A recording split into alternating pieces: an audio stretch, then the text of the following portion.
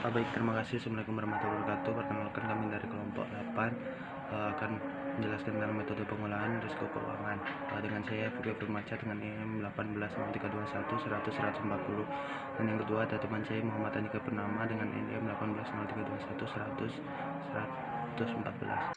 Menurut Philip Best, value at risk adalah suatu metode pengukuran risiko secara statistik yang memperkirakan kerugian maksimum yang mungkin terjadi atas suatu portofolio pada tingkat kepercayaan atau level of confidence tertentu.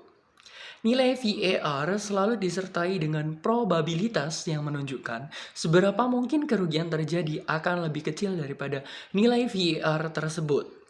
Nilai VAR adalah suatu nilai kerugian yang mungkin akan dialami dalam jangka waktu yang telah ditentukan.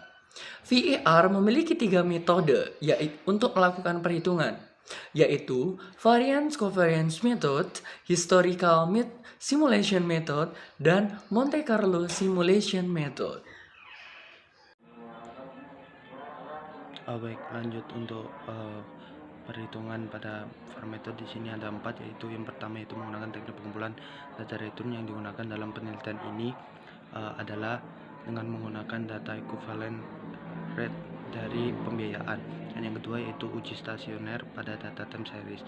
Data time series di sini menunjukkan data itu memiliki rata-rata variasi yang cenderung konstan. Pergerakan data akan cenderung berfluktuasi, hanya dilaksanakan rata-rata data tersebut. Dan yang ketiga yaitu perhitungan volatility, yaitu langkah pertama yang harus dilakukan adalah menghitung decay factor. Decay factor optimum akan ditentukan melalui perhitungan dari RMSI. Dan yang langkah selanjutnya yaitu dilakukan perhitungan forecast variance menggunakan persamaan IWMA. Dan yang terakhir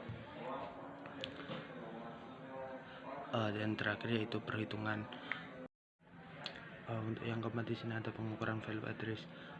Untuk menghitung ini akan dibuat angka probabilitas distribusi return, kemudian memilih tingkat kepercayaan. Contohnya itu 95%. VAR menjelaskan bahwa apakah kerugian dalam tanda kurung A yang tidak akan melebihi C% pada periode T. Dalam kata lain, juga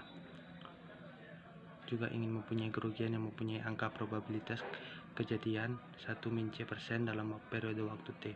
Sebagai catatan di sini bahwa terdapat tingkat return R2 sejalan dengan A. Mungkin itu saja presentasi dari kelompok kami. Assalamualaikum warahmatullahi wabarakatuh.